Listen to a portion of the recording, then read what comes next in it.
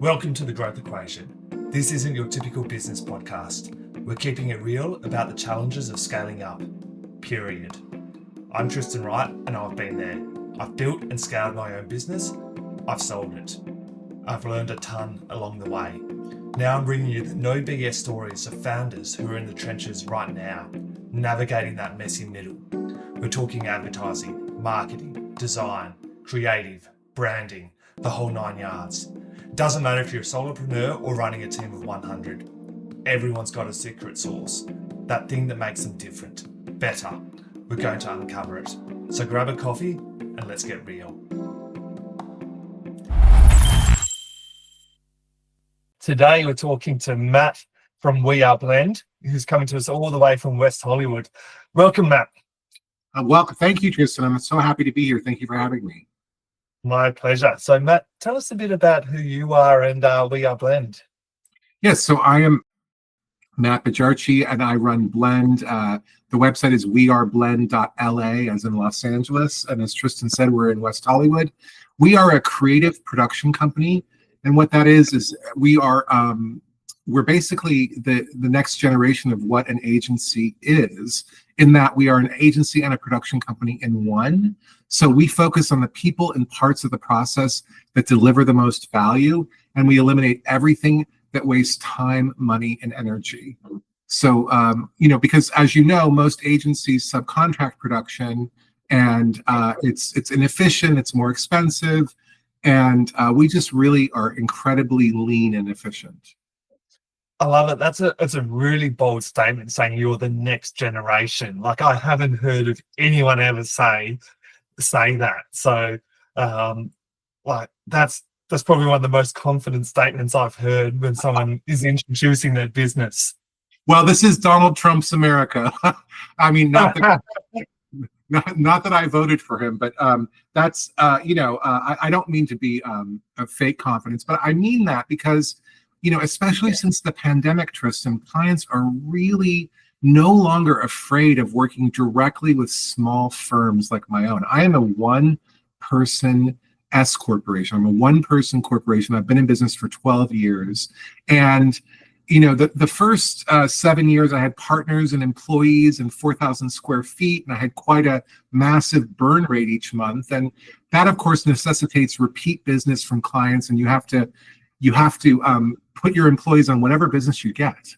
And the way that I operate now is because I have, I had 18 years of big agency experience at Chiat Day, at the Creative Artists Agency, Goodby Silverstein, Young and Rubicam, really big, massive global agency brands. As head of production, I know very well legacy media and how to make really good ads.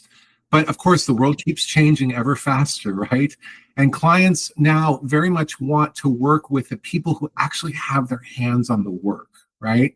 And they want to work with the people that are best in class. So I try to keep it really simple. And when I get RFPs from brands, I put creatives on it who have experience in that sector, which is what they want. And then they're working directly with world-class creative directors who are leading in their sector, and they're not working with the people who spend so much time pitching and then winning the business and then disappear, and you get a different team, and then that team subcontracts production. So the client is too far away from the makers, because production is now always on, Tristan. Clients produce all the time for all the different channels. So as opposed to maybe 5, 6, 7 years ago, an agency was the foray into which a client got into production. It's no longer the case. Clients are now doing more production than their agencies, almost, with different partners and by themselves. So I enable in-house departments to really rise their game, and I bring in a bespoke freelance team that I put together just for that project. So I do feel like it's next gen. Listen, there's a lot of room for all of us in this business. I'm not competing against the biggest players in the world. If you want a global network with thousands of people, I'm not your guy. But if you want to do an ad that you're getting a price tag for that's 1.3 million, and you'd rather spend 400,000 or less, I'm your guy. Yeah, and I guess one of the things that I picked up out of that is like go-to-market time is so much faster, and people's wantingness to wait it has reduced significantly. So your ability to be agile will make that difference. Yes, sir. That's exactly right. Go to market is so much quicker, and they need agile partners. And the thing is, like, you and I grew up in a world where our colleagues, the strategists and the account people, would spend 3 months getting the world's best strategy, the world's best positioning, right? And then you go and you do the creative. But there's no time for that anymore. Oftentimes, I have 2 weeks, 4 weeks, 6 weeks, 8 weeks, maybe, to do everything soup to nuts. So they really do need nimble partners. And unfortunately, like I said, you don't have 3 to 6 months to set up the world's best strategy. It just is a different world. Yeah, since COVID, like the messages need to go out tomorrow as opposed to in 6 months, because the way people consume content is so different to 10 years ago. Let's say we're not reading as much. Everything is video. It is short form. So the ability to get someone's attention has totally changed, or the way to get people's attention. Exactly. And we also have to look at what kind of resources we're putting towards each project. A lot of folks that are in our generation who were raised on traditional media, they almost always want to force a filmic production style against a commercial campaign, which isn't always necessarily the case. Sometimes you don't need a 30-person crew and a 7-person creative team, and then a 10-person editorial team. It just doesn't call for that. Yeah. One thing I'm noticing from all the conversations I'm having is that a lot of clients and I think I know your answer, a lot of clients are starting to change from working with a 100, 200, 300 person agency and wanting to work with that sub 50 agency size, because of the ability for those agencies to be agile and nimble. Exactly. Agile and nimble, and they want to work directly with the decision makers. They want to know that you are that you're the person that they're talking to throughout the process, and you're actually hands-on. So I think that's what's so exciting to me now. I feel like clients, like if there's a pre-existing relationship with a client, Tristan, I feel like oftentimes they're more comfortable going with a 2 or 3 person company versus a smaller, medium-sized agency, because they know what they're going to get, right? And agencies are so often trying to meet their quotas and keep their staff, and so which is understandable and great, but you have to have the right business model to support that. Totally. Now, when was it that you actually set up Blend? When did you go full time into Blend? I went into Blend in 2012, and it's been 12 years now. And the first 7 years, I had a couple partners, and we were doing content and user experience design and web development. And then in 2018, we split off. My partners went to create a UX design shop only, and I narrowed our focus way down to just video and still content with creative. So it's been 12 years. Talk to me about that journey. Like, have you had times where you've grown the headcount massively and then reduced it? Talk about the peaks and the troughs that you've had. It's a great question, because when I first started, I was a company guy for 18 years. And so when I first started, it was really important to me to have a big agency with a fair number, or, a decent sized agency with a fair number of people. And we did that. We had 15 people, 4,000 square feet at a building downtown. And I was able to scratch that itch, but I didn't want to create. I'm a producer. I'm being nimble is in my DNA, And so what I learned, Tristan, is that, you have to niche down. You have to narrow your offering, because people are looking for subject matter experts in one thing. They want you to be, a generalist that's good at everything. They go to you for what you're good at. So it was really humbling, I have to say, because we had great success those first 6 or 7 years, but the world changed very quickly, and there were less entrepreneurs looking for big digital application builds that also needed content. By that time, Apple and Amazon and had and Meta had bought up all the entrepreneurial app makers. So that market reduced quite a bit. Yeah. So where is it now? Like you've had those peaks and troughs. So been through COVID. What does the business look like today? Well, the last 4 years have been hugely volatile, I have to say. Obviously, 2020 was disastrous for those of us in live action production. 2021 and 2022 were two of my best years ever. And the first part of 2023 was really good. The last year and a half has been really tough. I mean, I'm proud of what we've done. We've got,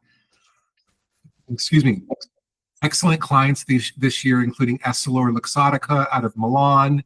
We have continued business from Midea, which is one of the world's largest appliance makers. I'm doing just did a job for WorldCoin, the crypto coin, and so exciting clients. But this year has really felt like there's been a lot of the jobs have been smaller with a lot more deliverables.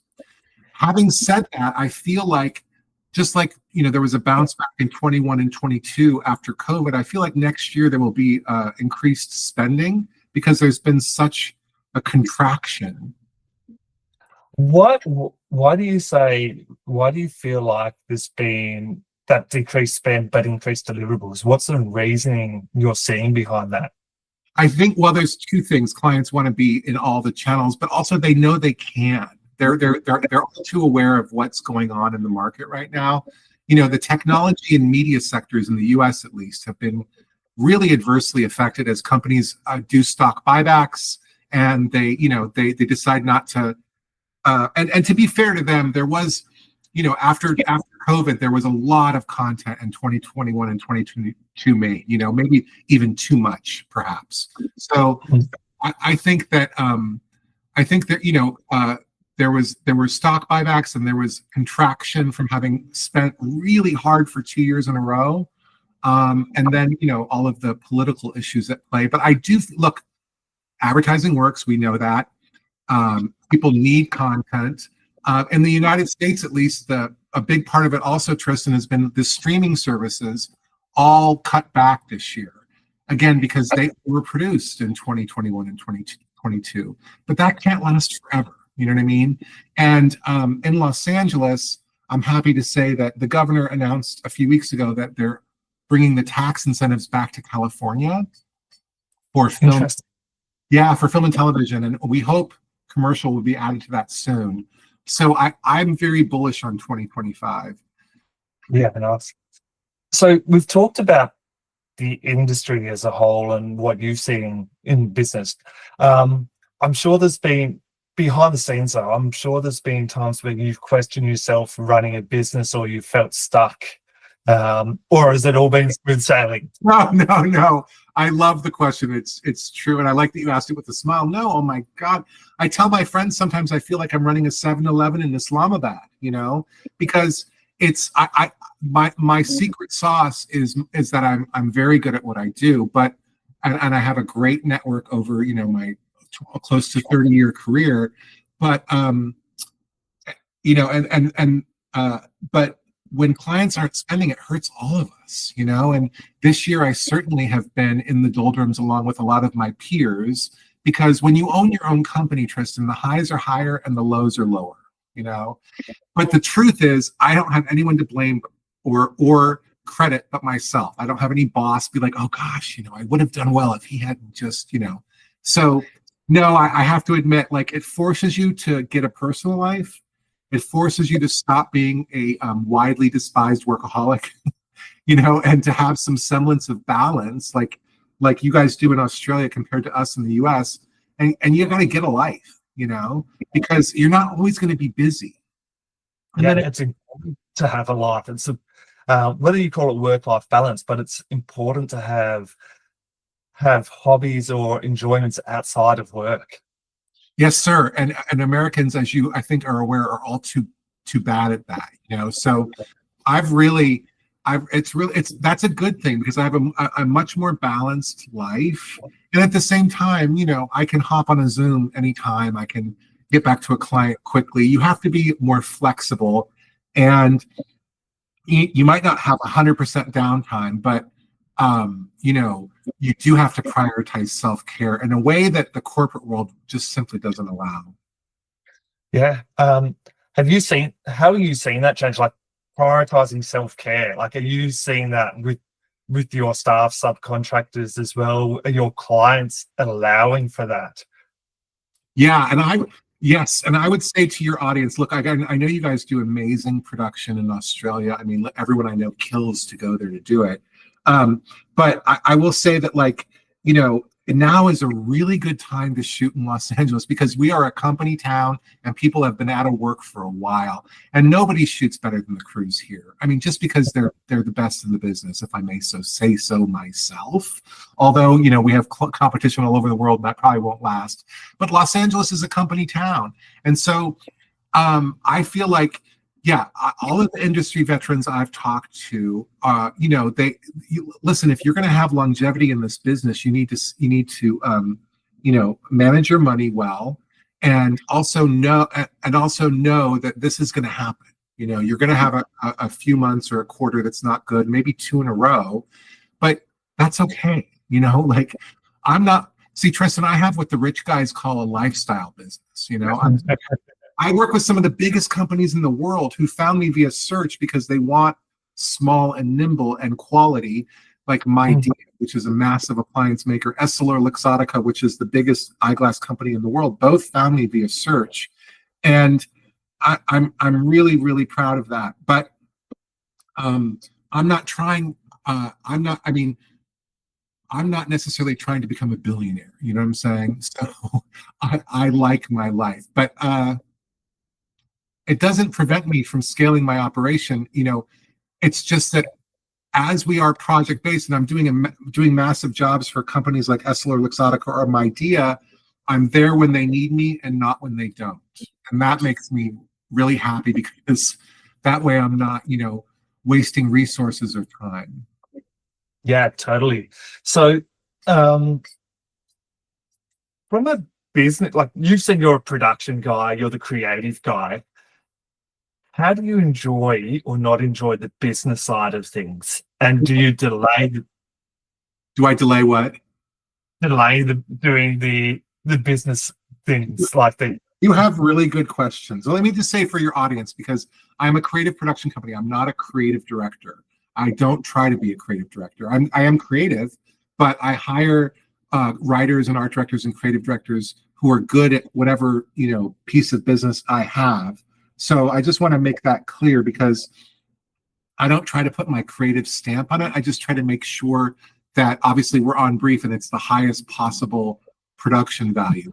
But to answer your question specifically, yeah, no, that's a really good question. And obviously, you know, because you wouldn't know to ask that question if you didn't know. It is, I'm now used to it, but when my partners left in 2018, one of them had been the chief operating officer. So he did everything administrative. And so it took about 2 years, if I'm being honest, to get used to it. Like, and now my day is so varied. Like, what I've learned, yes, I do, to answer your question, I do put off admin tasks, but not like I used to. And I can get them done fairly quickly. And I have to, like, one day you might be on a back-to-back Zooms with clients doing a pre-production meeting, and then you got to spend 90 minutes on the phone with the bank. Because if you don't, you're going to have a really bad week, you know? Yeah. And the banks, you know, they take care of you, they protect you, and it might be a pain in the ass, but when they reach out, you have to stop what you're doing and, you know, address it as quickly as possible. Yeah. So when you said the bank's reaching out, is that because you haven't paid your bills, or? You know, I think when we take jobs on, because we're project based, we do big, you know, our projects are fairly high ticket. We have to get a bridge loan, you know. So yes. And clients, and you know, this might be on your list, not to jump ahead, but one of the challenges these days are payment terms. You know, How do you manage that? That is so important. What's it like for you guys? But I'll tell you here, it's like 90 days is good, you know? Yeah. So, like the clients that I work with, I say to them, and it's easier said than done. But if you know you've got a good service, you know you've got a good offering, you say to your clients, "This is how I work. If you want to work with me, this is my payment terms." And it can work to an extent, but yeah, the larger companies you can struggle with. Yeah. Yeah, exactly. Like the larger companies you struggle with. And what I've done to counteract that is, and they've been pretty good, is usually you can get 75% up front versus 50, but then Yeah, you know that last 25% you're not going to see for 3, 4, 5 months. Um, yeah, and then sometimes they won't even account for that. So you just have to, price it in and make sure you can stand it and keep going. So I mean, with the bigger clients, it's worth it sometimes. yeah. You just got to work out what your leverage is and why they've come to you. So there's always a way to leverage, whether it is the delivery or your skill set, or you could leverage. You pay it all up front and you get a discount. There's ways around it. You just have to put a business cap on. Yes, sir, you do. You really do. And you're right. You always have a point of leverage, but you have to stop and really think it through, um, Mm, and not hope that they're going to, help you out. You know? yeah. My angle is, and my mindset is, we don't just accept the way it's been done traditionally because that's the way it's been done. Business is changing, and you need to be a market leader and value your worth and push the way that you want to do business. Exactly. Exactly. So easier said than done, and you can't But change you're that right. overnight. Like you said, they came to you for a reason. So just Mm, work out what that is, and you'll find your leverage. Yeah. totally. So AI. I always ask this question, Yeah. and those that are listening to this on audio, Matt has smiled because I'm wondering what you're seeing in AI, and is it something that you're starting to leverage? Yes, and the editor in my what I've experienced so far is the VFX artists and the editors are in they know AI the best so far because they're in that direct line, especially the VFX artists.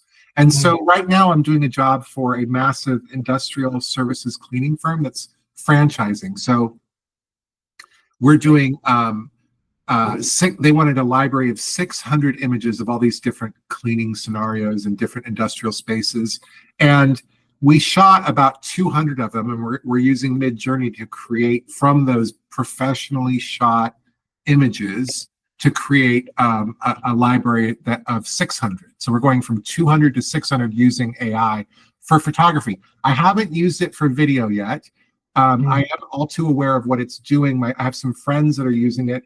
I mean, and I think, as you know, it's so OpenAI's video Sora is interesting, but I haven't seen it be really fully there in video so that I can produce a campaign for a client at the moment that's not cheesy, but it certainly has helped with concepting. And my art directors that I work with all test things out on Midjourney, and it really reduces the time. So I'm of the mind at the moment that it's really helping efficiency with creatives, and it's enormously helpful with still photography. yes. How do you charge for, like, if you're going from 200 images to 600 images? How are you charging for that? Yeah, that's a great question. And I wish I could tell you I charged an arm and a leg, but I mean, so instead of paying for 200 photos or 600 photos, they're paying for about 350. And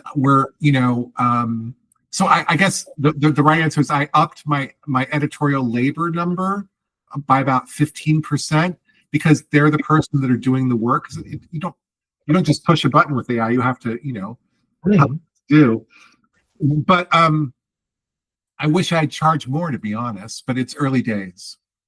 So the clients, at the end of the day, the output that the client is getting is the same as if you're shooting all 600 images. Why aren't you charging value? Yeah, because being on, I mean, you're asking really searingly honest questions. I mean, if I was a, yeah, I mean, the truth is because it's 2024 and they had me by the throat, and I was bidding against 5 other companies, and that's the truth. I made my margins, Tristan. I did make my margins on the job, but I think moving forward, you really do have to charge for value. You really do have to charge for value. But if you remember in 21 and 22, we had the power as vendors because there was so much demand. And right now there's, not very much demand. So that I couldn't put my best foot forward. Yeah. So you got your foot in the door. Yeah. But yeah, like I think it's a real risk that the industry is taking by undercharging for their output. Like, so business owners are seeing that their man hours are reducing, so they're just they're still charging hourly rate, and in turn, revenue or the output is being charged less. So, and I see that as a potential harm for value-based pricing in the future. I think you're right. But I also know that clients are going to learn their lesson as they try to. It always looks easier than it is, right? Yeah, totally. So, but the fact that you're going from 200 images to 600 images using AI and charging for it, like that's amazing. Like, there's a lot of businesses that aren't confident enough to do that with a tool like Midjourney yet. So, but yeah, I was having a conversation in a podcast the other day, talking to someone about the fact that they went from value-based pricing a few years ago, and they were struggling with that. So they went to hourly-based pricing, and they have now built in AI to parts of their processes. And because of that, they've noticed their revenue drop because they're still charging per hour. So we're having a discussion around how they're going to need to change back to value-based output and value-based pricing. Yeah. So I think that's a big thing that people need to consider as they're implementing AI within their business. 100%. Right now, all of us are anxious to just get the experience in real world work. But you're right. If we don't figure out the value quotient, we're all dead. Yeah, exactly. Through your journey with growing the business, what's been the biggest setback or biggest roadblock that you've come across? The truth is that you have to train yourself to always be selling, right? And my preference and always be doing business development, and that is your job as a business owner. My heart and soul is in creative and production, and I love that. But I'm not allowed to spend all my time on set, Tristan. I have to leave it to the team and keep selling. So that's what it is. And then I think the challenge and also the opportunity is when a little shop like mine gets business from EssilorLuxottica or MyDia, again, both on the global Fortune 500 list, it's enormously satisfying. And then the challenge becomes how to get yourself in front of their peers and be taken seriously when you're working, with those kind of companies. You're competing against the biggest shops in the world. Yeah. It's about getting to the decision makers and letting them know you're there, because a lot of them are, everything's happening so quickly. It used to be to work with someone like myself with the experience and range of work that I've done, including 3 Emmy nominations for Best Commercial. You'd have to pay enormous amounts of, marked up rates to get to someone like me. Now the world has changed, and there's a lot of people with my experience who have their own companies, but then the question is, how do you find them, right? Yeah. So that's my biggest challenge, is being laser focused on business development 24/7, even when my love is in production. So when you haven't been laser focused on business development, what have you seen? the next quarter is not as good as I want it to be. You always have to be 3 or 4 months ahead, you know. Again, great questions. I love it. And you have a devilish smile because you know the answer. The answer Yes. is, you know, if I don't keep selling now in, you know, in the dead of December, you know, even though everyone's on vacation, whatever, like February, March, April, isn't going to be as good as it could have been. So, you know, it's about like, you know, anesthetizing yourself to rejection and just realizing that, like, you know, it's just like any artist or performer, you know, no matter how big they are, they're really only capturing a really small sliver of humans. So I just need to keep going. That's what it is. But, you know, I don't know how your career started, but when you're working at legacy media companies, they bring the business to you. They bring the opportunities to you. As a nimble creative production company, you have to be out there hustling 24/7. Totally. Like I often say to my clients that if you drop your lead gen now, you're not going to feel the pain in the next 2 months. You're going to feel it in 3 months' time.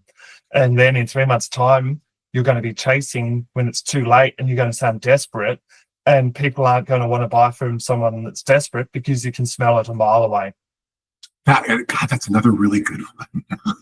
Yes, and I've found myself doing that, Tristan, because you know you really can't be desperate because they do smell it a mile away. So that's very well put. You don't feel it in the next 2 weeks or even month, but you feel it 3 or 4 months down the road. Yeah, totally. So thinking back on your journey as a business owner, what is one piece of advice that you wish you had been given by someone in your network or around you that you weren't given?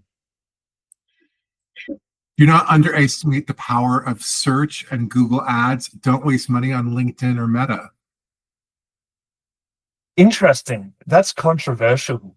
So that's been my experience. You know, I think that if you want to succeed on those platforms, LinkedIn or Meta, you need to have some sort of scale. You know, and I think that with I would say, let me rephrase the answer. Never underestimate the power of referral. Never ever underestimate that. It's the most powerful form of business development.